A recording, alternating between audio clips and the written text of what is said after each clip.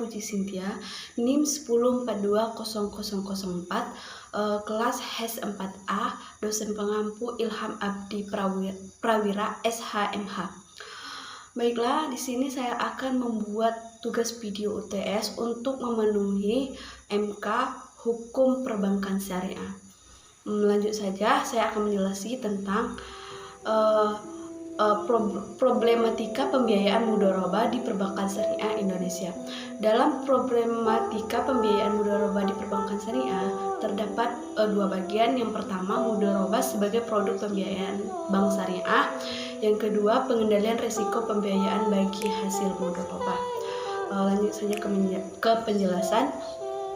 Bank syariah pada awalnya dikonstruksi sebagai bank non-ribawi dengan sistem bagi hasil atau profit and loss sharing di semua mekanisme operasionalnya.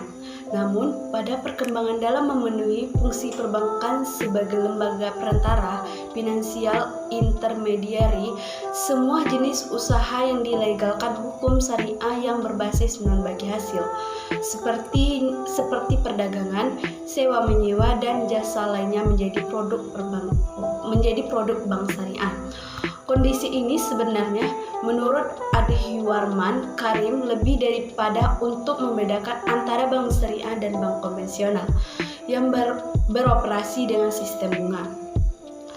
Masuk saja ke yang pertama, ada mudharabah sebagai produk pembiayaan bank syariah.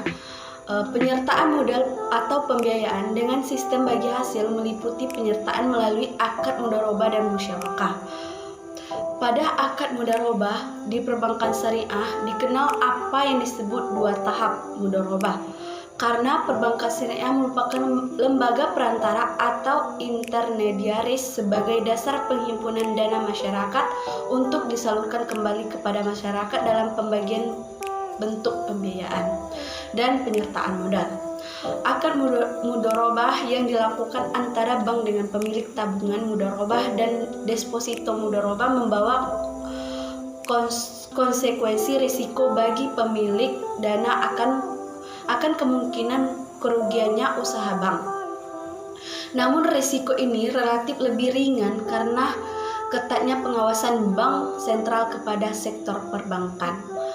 Selain itu, sektor perbankan diwajibkan mengikuti pembagai ketentuan pemerintah dan bank sentral dalam rangka melindungi pemilik dana.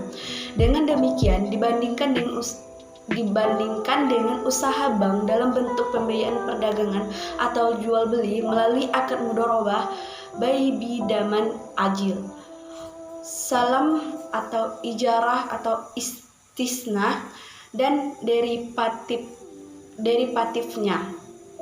Usaha pembiayaan dalam bentuk penyertaan modal dianggap lebih besar risikonya, terutama pada akad mudharabah. Sebagai sahib al-mal, bank tidak dibolehkan turut campur dalam kegiatan sehari-hari pihak pengelola usaha. Hasil yang diperoleh dari usaha yang dikelola dibagi hasil karena antara bank dengan pengelola usaha sesuai dengan porsi yang disepakati bersama. Tingginya risiko high risk inilah yang menjadikan mengapa komposisi penyaluran dana kepada masyarakat yang lebih banyak dalam bentuk pembiayaan perdagangan atau mudharabah dibandingkan dengan bentuk penyertaan modal atau mudharabah dan musyarakah. Padahal yang mempunyai dampak langsung kepada pertumbuhan ekonomi berupa tumbuhnya peluang usaha baru, kesempatan kerja baru, dan peningkatan pendapatan penduduk adalah pembiayaan dalam bentuk kerjasama. Ini baik mudharabah maupun musyarakah. Pembiayaan bagi hasil adalah pola pembiayaan mencerminkan spirit perbankan syariah dalam alasan adalah sebagai berikut. Yang pertama, pembiayaan bagi hasil dapat mengurangi peluang terjadinya risiko ekonomi dan krisis keuangan. Hal ini dikarenakan bank syariah adalah institut keuangan yang berbasis aset atau aset based. Artinya, bank syariah bertransaksi berdasarkan aset real dan bukan mengandalkan pada kertas kerja semata. Sementara di sisi lain, bank konvensional hanya bertransaksi berdasarkan paperwork dan dokumen semata. Kemudian membebankan bunga dengan prosentase tertentu kepada calon inspektor. Kedua, investasi akan meningkat yang disertai dengan pembukaan lapangan kerja baru. Akibat tingkat pengangguran akan dapat dikurangi dan pendapatan masyarakat akan bertambah. Ketiga, pembiayaan bagi hasil akan mendorong tumbuhnya pengusaha atau investor yang berani mengambil keputusan bisnis yang berisiko. Hal ini akan menyebabkan berkembangnya berbagai inovasi baru yang pada akhirnya dapat meningkatkan daya saing bangsa ini. Dominasi pembiayaan non bagi hasil jelas bukanlah kondisi ideal yang diinginkan. Industri perbankan syariah bersama-sama dengan pemerintah maupun Bank Indonesia harus tetap mempersiapkan sistem maupun infrastruktur dengan mencari solusi yang tepat untuk meningkatkan pembiayaan bagi hasil. Hal di atas secara berangsur-angsur mulai dibuktikan oleh Bank Indonesia yang telah menargetkan di dalam Blueprint Perbankan Syariah Nasional, yaitu 40% proporsi untuk pembiayaan bagi hasil yang diberikan oleh Bank Syariah. Lanjut, yang kedua ada pengendalian risiko pembiayaan bagi hasil mudharabah atau di perbankan. Pertama, penetapan anggunan berupa fixed atau aset dan adanya lembaga penjamin. Pengenaan jaminan juga akan mencegah mudharib atau melakukan penyelewengan karena jaminan yang sudah diberikannya itu untuk menjadi harga dari penyelewengan perilakunya. Sistem jaminan ini sebenarnya telah dipraktikkan pada bank-bank syariah di beberapa berbagai negara internasional. Islamic Bank for Investment and Development atau ILBID dalam menjalankan pembiayaan kontrak mudharabah menerapkan persyaratan adanya jaminan dari pihak mudharib untuk diberikan kepada bank. Selanjutnya, salah satu persyaratan kontrak mudharabah di Faisal Islamic Bank of Mesir atau FIB adalah jika terbukti mudharabah tidak memanfaatkan dana atau tidak menjaga dagangannya sebagai mestinya berdasarkan ketentuan persyaratan dari inspektor di mana mudharib mengalami kerugian, maka jaminan atau garansi yang diberikan dijadikan sebagai ganti atas kerugian yang dialaminya. Dalam kasus tersebut, mudharib bertanggung jawab atas kerugian yang terjadi. Oleh karenanya, jaminan yang disyaratkan dalam kontrak menjadi kompensasi pihak bank. Tetapi jaminan itu pun sebenarnya harus fleksibel, mudah dan tidak menyulitkan bagi mudharib.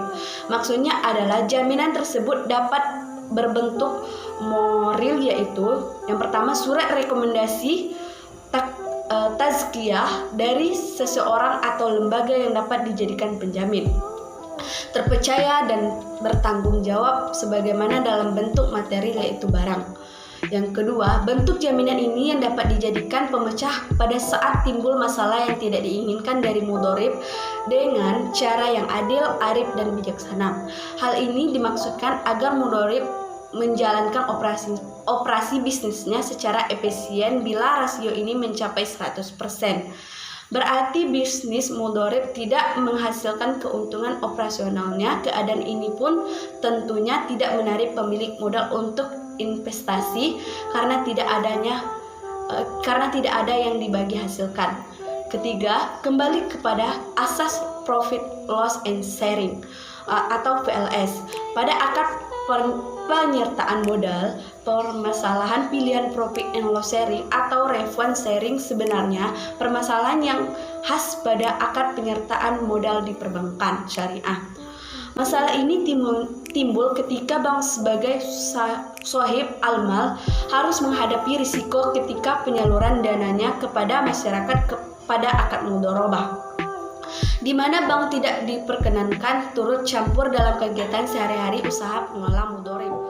Terkait dengan kesulitan bank sebagai pemilik modal atau sahib al-mal terhadap kedua atau pemegang amanah dari pemilik modal atau sahib al-mal, tahap pertama untuk mengakui biaya-biaya usaha yang diajukan mudharib, maka pada tahapan awal telah disepakati pada rapat Dewan Syariah Nasional atau EDSN dan Dewan Standar Akuntansi Keuangan Ikatan Akuntan Indonesia tanggal 10 Juni 2000 bahwa refund sharing dapat dilakukan pada perbankan. Dalam rangka pemurnian pelayanan perbankan syariah telah direkomendasikan oleh peserta seminar Problem of Islamic Banks yang diselenggarakan bersama antara Islamic Research and Training Institute atau IRTI, IDB dengan PIKI Akademi atau Lembaga Fatwa dari Organisasi Konferensi Islam atau OKI bulan April 1993 di Jeddah atau Saudi Arabia, bahwa perbankan syariah harus mengurangi ketergantungannya kepada pembiayaan berbasis markup dan mengarahkan segala upaya untuk berpartisipasi dalam kegiatan pembiayaan dengan mempergunakan prinsip profit and loss sharing. Lalu bagaimana kita menanggapi seruan agar bank syariah di Indonesia juga dapat memulai pembiayaan penyertaan modal dengan prinsip profit and loss sharing tersebut? Pembiayaan penyertaan modal di Indonesia masih menggunakan prinsip refund sharing, khususnya pada posisi bank sebagai mudorib pertama. Bisa dibayangkan dengan tingginya biaya operasional perbankan syariah di Indonesia, bagaimana kalau bank-bank syariah tersebut menganut profit and loss sharing? Tentu bagi hasil yang dibagikan kepada nasabah penyimpanan dana atau tabungan mudoroba dan deposito mudoroba akan lebih kecil dari bagi hasil yang telah dicapai sekarang. Apakah bisa bersaing dengan tingkat bunga simpanan perbankan konvensional?